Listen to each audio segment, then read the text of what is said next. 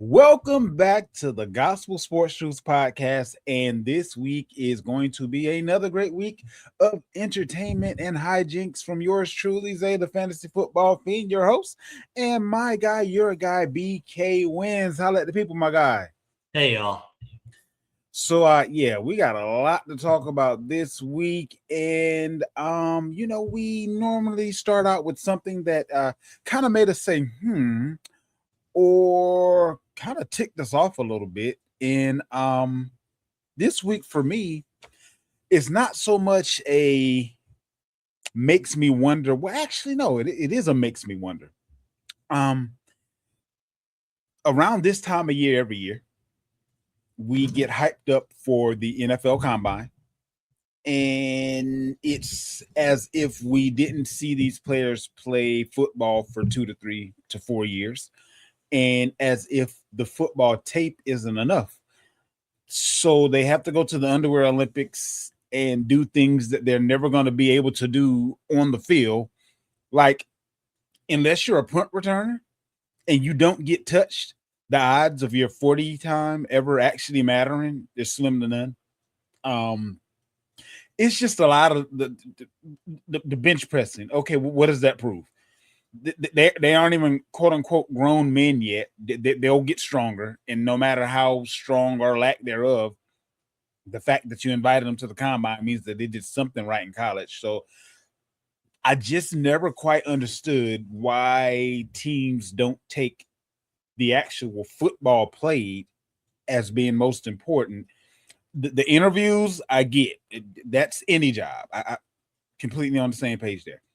But unrelated activities to football, determining where a football player is going to play football, has never quite made very much sense to me. That's all I'm saying. I think for me to piggyback on that and take it one step further, I think the concerning part about it is that people's draft stocks are manipulated based on these, I'm not going to say useless, but not always relevant to what your football performance is. And so that's the part that is even concerning. Like, someone could drop because they didn't bench press enough. Like, or I ran 4.25 instead of 4.15 or 4.6 instead of 4.4. Like, at the end of the day, how often, to your point, is that really going to matter? Not very often. But for some reason it's relevant. And it's another way for the NFL to make money, so it'll never go away, even if they realize that it's useless, because they turned it into a month-long off-season event between the combine, the draft itself, the lead up to the draft. It's its own entity now, so there's no way they would ever get rid of that. What's been on your mind this week, my guy? Well, before I get all the hate mail, I want to give a disclaimer that I'm a big South Carolina Gamecocks fan. So please know that when I'm about to say what I'm about to say, I take no pleasure, pride, or joy in what I'm about to say. What is the athletic department doing? So let's rewind. I watched us as Carolina fans, right? I watched us give an extension to Muschamp on the fear that somebody who's been mediocre as a head coach his entire life was going to go somewhere else. Please come take him. And then history repeats itself. And I've had this conversation with my brother, and look, to his credit, he's usually right. But we disagreed on this because Lamont Paris got an extension after his 26-8 season in season year 2 at Carolina. And it was a glorious, fantastic, amazing year. But ever since that extension, which I absolutely was against then and now, he's been terrible. And the argument was, 26-8. You don't want to lose a guy like that. And it's not like in college basketball, the extensions are that big. So it's not like there's a huge buyout like there is in football. And that's all factually true. But at the end of the day, Lamont Paris has been mediocre at best his entire coaching career, outside of 2 seasons where he was legendarily great. If he wants to go somewhere else, I'll drive him to the airport. I'm confident I can find somebody to coach better than him. And the reward for foolishly extending him was this. Here's his record in 4 seasons now at Carolina. 11-21, 26-8, 12-20, and 12-16.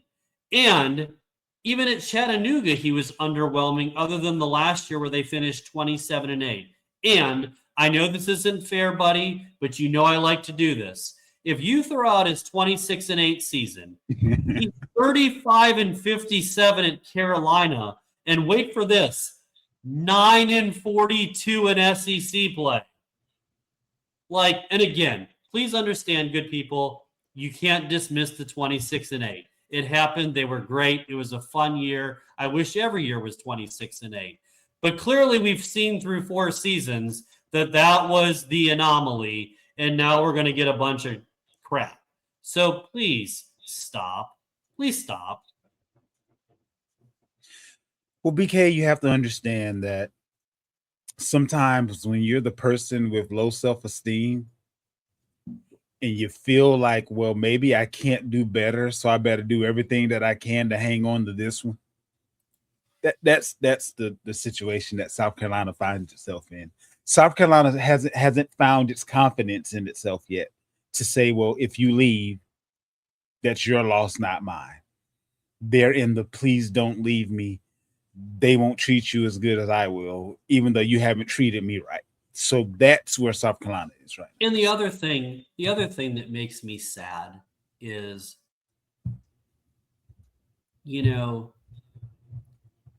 Carolina baseball under Ray Tanner was an absolute dominant force.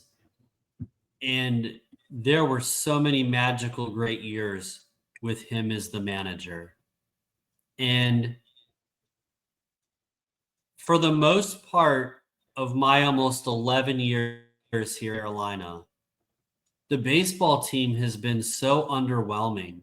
And this year, we're 6-3 with losses to Army, Western Kentucky, and Queens. We're not even at the Clemson, North Carolina, or conference schedule yet. We're trying to find a way to beat Queens.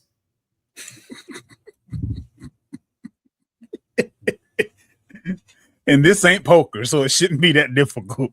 It's going to be a long year at Founders Park. We might be looking for a ball coach on the men's side.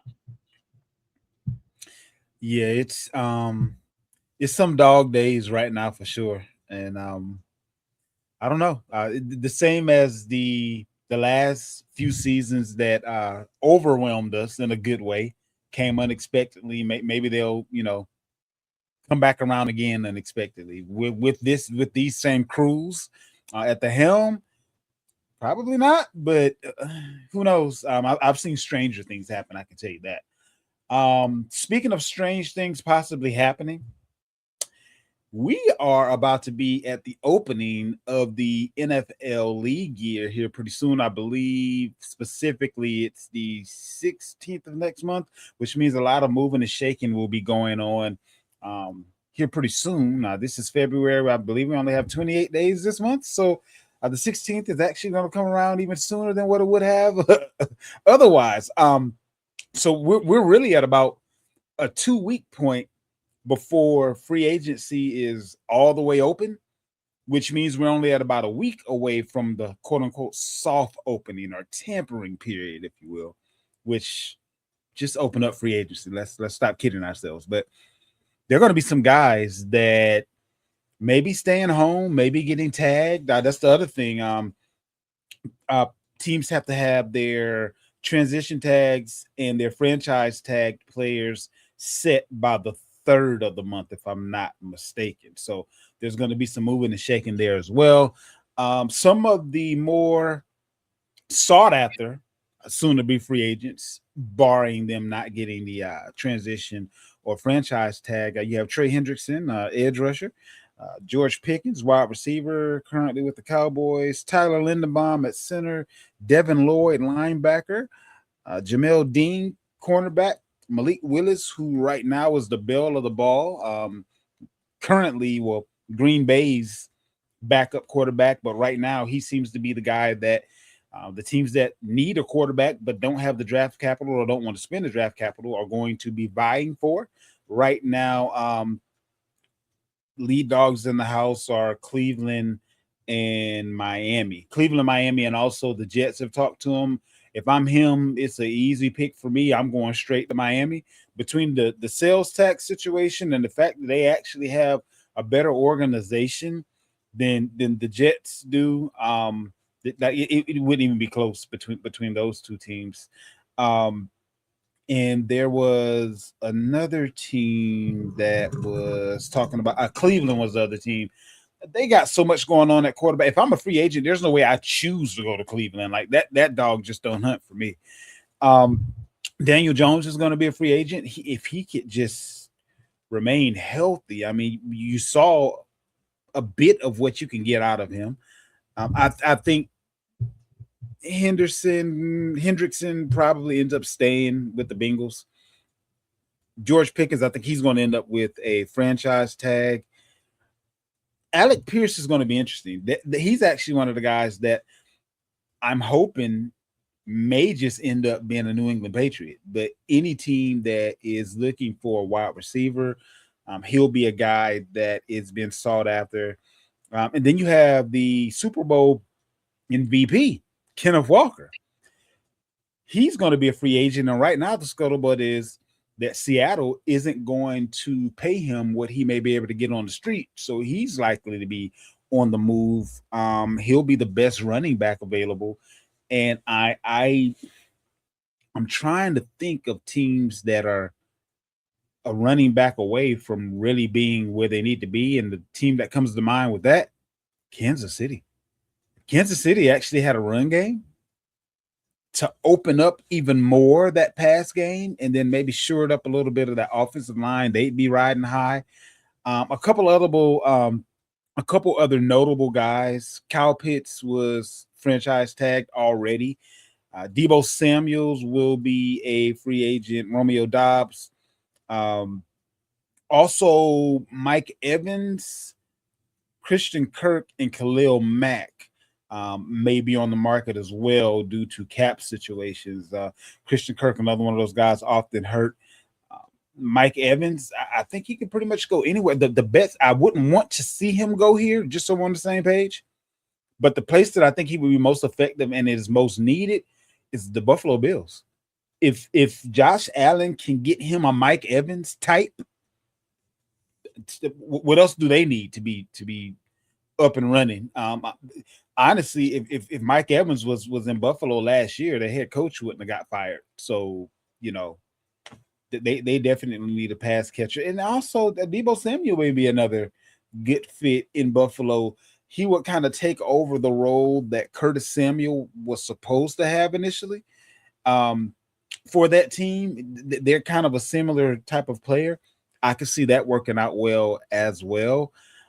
Any guys that you kind of have an inkling on, or whether they end up being free agents, getting tagged, or best fits, any of that kind of good stuff? Yeah, so for me, and I think you did a great job of outlining things. So I had George Pickens staying with the Cowboys. Everything I've been hearing is he'll get franchise tagged. Mm-hmm. Trey Hendrickson, I know this might be a stretch, but I actually think he might end up with the Bears. I think that it would be a good fit for them, both for him and the team. And then you mentioned Mike Evans. I think deep down, I think he stays with the Bucs, but if he doesn't, I see him either going to Buffalo or potentially going to actually San Francisco once they resolve the Ayuk situation, because they'll have an opening there and they need to upgrade some of their. I mean, they lost Samuel the prior year. Ayuk's leaving. Like, they need to upgrade their wide receiver core to help Purdy and kind of ease the pressure from McCaffrey. So I think that might be a fit. Walker, I agree with you. Like, it's hard. It's one of those casualties when you're the Super Bowl champs and you're the MVP. Like, you're good. Someone's going to overpay for somebody, especially at running back. In Seattle, they might be like, well, we'll just draft somebody and pay a lot less money and find. And they still have Zach Charbonnet on the way back from injury, and he at one point was competing to be the starter. So correct. So I just think that they could do that. I think he's gonna go. Now where he goes is the better question. Another place that I wouldn't mind seeing him, just kind of sorting through some of the different options.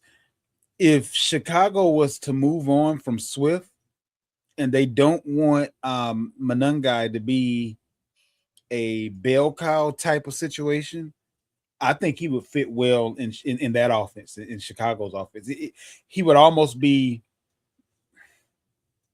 don't hear what I'm not saying, it would be a similar situation to Detroit's running back scenario, except here the Gibbs guy, the speed pass catcher type guy, would actually be the secondary running back, and Walker, who would be more of your David Montgomery type guy, would be the starting run, will be the one getting more carries, if that makes sense. But I can see that working out well.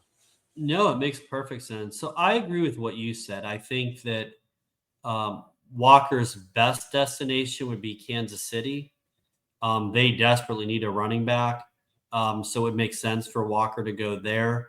If he doesn't go there, I could see him going to the Texans to give Stroud some help. Yeah. Take some pressure off of him. Those were kind of the two that I had earmarked for him. And then I think that covers the main ones that I wanted to go over there. Yeah, it'll be an interesting couple of weeks here. I like the off season in the NFL almost as much as I like the regular season, because the moving and shaking is what kind of excites me. I'm a fantasy player to the heart, so that's basically what fantasy is. So what's going to most, I would say in most situations, what's going to impact your fantasy season the most, especially if you're looking at dynasty and situations like that, it's going to be off-season moves and being able to get ahead of things while other people are still looking at it as if it's the off-season. And the moves that are being made don't matter. If you can get out in front of it, just that incremental increase, it's a game of inches. And people that don't fall asleep at the wheel are normally the ones that end up winning. So with that being said, another NFL query, if you will.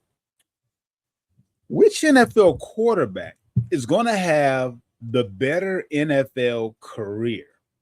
Cam Ward, Shedeur Sanders, Michael Penix, J.J. McCarthy, or Jackson Dart? I'm interested to hear whether or not our thought process, as we triage this motley crew, if you will, turned out being the same. So what are your thoughts here? Well, it's interesting. For me, I'll give, of course, an explanation, but for me, the easy answer is Cam Ward. I loved him in college, even though he went to the wrong school. But that being said, no bitterness there. I love his talent. I know it was kind of a rough rookie year because the team was, has a lot of holes, but I think he's going to turn into be a really great pro. And so for me, I think he's the easy pick there. I don't really I worry about Darts. I like his situation and his talent. I worry about his durability. He seems to be hurt, concussions especially. Availability is a skill. I just don't know he'll be able to stay on the field. The average NFL career is 3 years. And if he's not careful, he could find himself in a Tua situation where we're going game to game wondering if this will be the last game. Thanks. But I do like his talent. I'm not sold on Sanders. I think in the right system, he'd be a lot better. But unfortunately, as long as he's a Brown, it's not going to go great. So we know what a mess they are. And then Penix, like, I was never really impressed with him either. If I can be honest, just not a big. And then McCarthy, I mean, gosh, their front office and coaching staff is already low on him. Like, they're openly questioning letting Darnold go and giving him the reins and regretting it, and how just bad he was last year at times, like almost unplayable bad. So that doesn't bode well when your own team is throwing you under the bus. So Cam Ward, to me, what do you think? I believe that you are right by default. Dart's not going to make it last. He's the first quarterback I've ever seen that was actually checked for concussions in his first 5 games straight. Like every game, he was checked for a concussion. He thinks he's a running back. JJ McCarthy, not only does he not stay healthy, but he hasn't looked very good when he's been out there. Michael Penix can't stay healthy. And again, when he's out there, he's Dr. Jekyll, Mr. Hyde. Shedeur Sanders, I think in the right situation, he could flourish, but I don't know that he's ever going to find himself in the right situation because a ton of teams passed on him that may very well not be willing to give him a chance when he's done with whatever is going to happen in Cleveland. So we'll have to see how that works out. So that leaves us with Cam Ward, who was picked number 1 overall by the team that he's still a part of. They just upgraded at OC and at head coach, humble opinion. Now we're in a situation where he may actually not have to worry about everything that's going on the team, and he can just do his job. So there are a few adults in the room now, and he has an OC that has been a great OC and a slightly less than average head coach, which actually benefits Tennessee overall as a team because they have a guy who kind of understands the ins and out. But yeah, Cam Ward, easily. This last topic before we get into one of our favorite parts of the show, being the top 5 all time of something. I am going to lay this at your feet, sir, and I'm going to tell the audience why I'm laying this at your feet. We're looking at March Madness bracketology and which teams are on the bubble, which teams we have the confidence that they'll kind of sneak their way in. And I'm going to be completely honest with you, BK. I haven't watched a bit of college football this year. Basketball this year. It has not interested me at all. And I don't know the name of but maybe only 5 people that have been drafted into the NBA this year. I don't know what I'm more disappointed at, that you no longer write down my best bets when I give them, or now that you're not watching college basketball. Like I'm almost at a loss of words. We both know that doesn't happen often. I mean, I've literally watched more women's college basketball than I've watched the men. Like you know what it is? I know what it is. I don't have a team as far as men's college basketball is concerned. And because there's so many games on when we're talking about college sports, you can't watch them all. So normally the way I watch college sports is by watching my team and the conference that my team plays in. So I can watch the people that they'll eventually go up against. Carolina is my team as far as the girls are concerned. I've never watched one Carolina basketball game as far as the men are concerned. And I don't even know who plays for the Buckeyes. So I don't have a team. Like that's the reason why it hasn't interested me very much, to be honest. No, that's fair. Well, I have to tell you, outside of pro and college football, March Madness is my favorite time of the year. And so I still love that time of year. Don't hear what I'm not saying, but I digress. So first we're going to talk about projected bids. So the SEC is projected to have 11 teams, the Big Ten 9, the Big 12 8, the ACC also 8, and the Big East 3, that being UConn, St. John's, who just got pasted by UConn last night. And then Villanova. So usually the standard 3 there. But as far as the bubble, for those of you who don't pay a lot of attention to March Madness, or at least in terms of the bracketology piece, the bubble is literally all you hear about for like 6 weeks leading up to Selection Sunday. And so the last 4 buys are Texas, UCLA, Indiana, and Missouri. So they have a little bit, what that means is they have a little bit of cushion before they're in danger of not making the tournament. The last 4 in, based on my research and eye test and looking at all the rankings, TCU, New Mexico, Santa Clara, and VCU would be the last 4 teams I have in.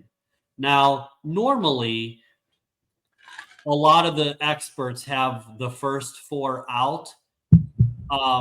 Every now and then I like to break the rules a little. So we're going to do the first 5 out, and I'll explain why in a minute. So those 5 are Ohio State, Southern Cal, San Diego State, and Auburn. The 2 teams on there that I want to specifically talk about are Southern Cal and Auburn, because both of them had a really good chance a couple weeks ago, and they're playing their way out. Southern Cal has gone on a losing streak. They're below 500 in conference play.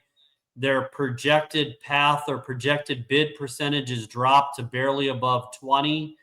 Like, they're in desperation mode right now. They need to go on a winning streak as we wrap up the regular season, and they need to win probably 2 games in the Big Ten tournament to have a chance to get an at-large bid. Auburn, the reason why I talk about them is because they have 5 quad 1 wins, which means they've beaten 5 really, really good teams. The problem is they've lost something like 6 of their last 7 games, and they've really fallen on hard times. And even though some of them were good losses to ranked teams in conference, how you finish the season matters. And based on their ranking and how they're playing the last 10 games, because that's something the committee looks at, they're on the outside looking in. They're going to need to really go on a run and probably win a couple games in the SEC tournament to snag an at-large berth. But those are the teams on the bubble and kind of who's in trouble. And when does the tournament start? The tournament will start. The conference tournaments. The conference tournaments will start actually in about 2 weeks. Okay. 10 days. Okay. About 10 days. About 10 days. And the one thing I'm looking forward to, and I know this will sound biased because I graduated from a MAC school, the University of Akron. My Zips are trying to have their own three-peat as MAC champions and make it 4 out of 5 and 3 in a row. But the team that everyone has their eyes on, or should, is the undefeated Red Hawks, 28-0 in conference play. No team other than the COVID year who's lost less than 4 games has not gotten an at-large bid. At 28-0, if they somehow stumble between now, specifically don't win the conference tournament, will they be a bid stealer?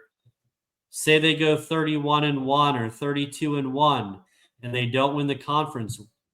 They have a terrible strength of schedule, 331. Do they get in or do they get snubbed? And for the record, if people are wondering, I think they should get in, because I'd much rather have a team go 31-1 or 32-1 and make the tournament versus rewarding a team that goes 6-11 in conference play, but because they had 20 opportunities to beat up on to gain quality wins. I think that's the better story. I cannot agree with you more, my guy. And it is now time for the top 5 all-time least favorite sports teams. Our all-time top 5 least favorite sports teams. Number 4 and 5 for me are both Boston teams, Celtics and Red Sox. I'll just go ahead and throw both of them out there. Number 4 and 5, Celtics and Red Sox. Celtics, obviously, because I'm a Lakers fan, and Red Sox because I'm a Yankees fan. But yeah, those are the two.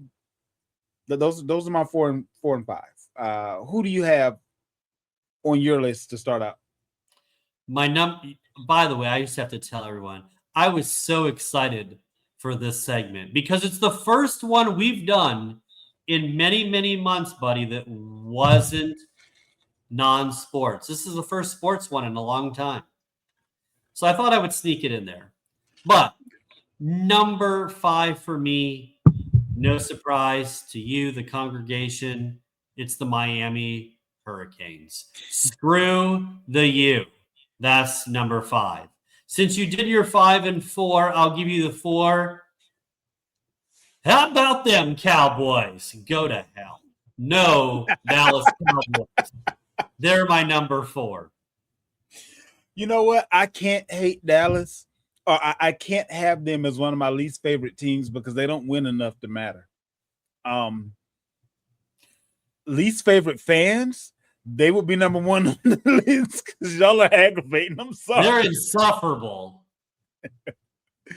Number 3 for me, the New York Giants. And with reason. My New England Patriots and Tom Brady and Randy Moss would have had an undefeated season if not for awkward Eli and the refs not calling we were simply trying to not get a rough in the passer penalty as the NFL had just started to focus on that. The guy was clearly in his grasp and they didn't call him down, and David Tyree made the catch, and yeah, that's where we are. Number 3 for you? My number 3, the Clemson Tigers. My number 2. Oh, I cannot stand. I call them the orange team. I normally don't even give them a name. They are number 2 on my list. Who's your number 2? My number 2, this won't surprise you, is a North Carolina fan, the Duke Blue Devils. Ugh, can't stand the Duke. The Duke rhymes with puke for a reason. And so, needless to say, baby blue is so much better than that yucky Duke color. So that's number 2. Who you got at number 1? Number 1 for me, that team up north, the Rodents, the Michigan Wolverines. Number 1 on my list. Easy answer. My number 1 is a Yankees fan. It's the Sox. Can't stand the Red Sox. They are number 1, arch enemy, hated, heated rival number 1, public enemy. It's Boston, the Red Sox. And that wraps up our all-time top 5 least favorite sports teams. And we're going to wrap up the show with BK's best bets. So are you going to help us make a few coins this week? Or are you going to help us save us from ourselves? Well, we do have one play this week. Okay. So you guys will be watching this Friday morning, and the game is Friday night. Michigan, who by all the metrics is the number 1 ranked team in college basketball, they travel to Illinois. And Illinois is a top 15 team. They've been solid all year. They've had a really good Big Ten season. They're kind of in the cusp of, Purdue, Illinois, Michigan State, and Nebraska. They're all like right behind Michigan in the conference. Michigan is only a 1.5 point road favorite at Illinois. Give me the loaded Wolverines. I like them to go on the road and win. Michigan is this week's best bet. And that wraps up this week's show. And remember, above all else, good people, always tell the truth. And nothing but the truth. We out. Later, y'all.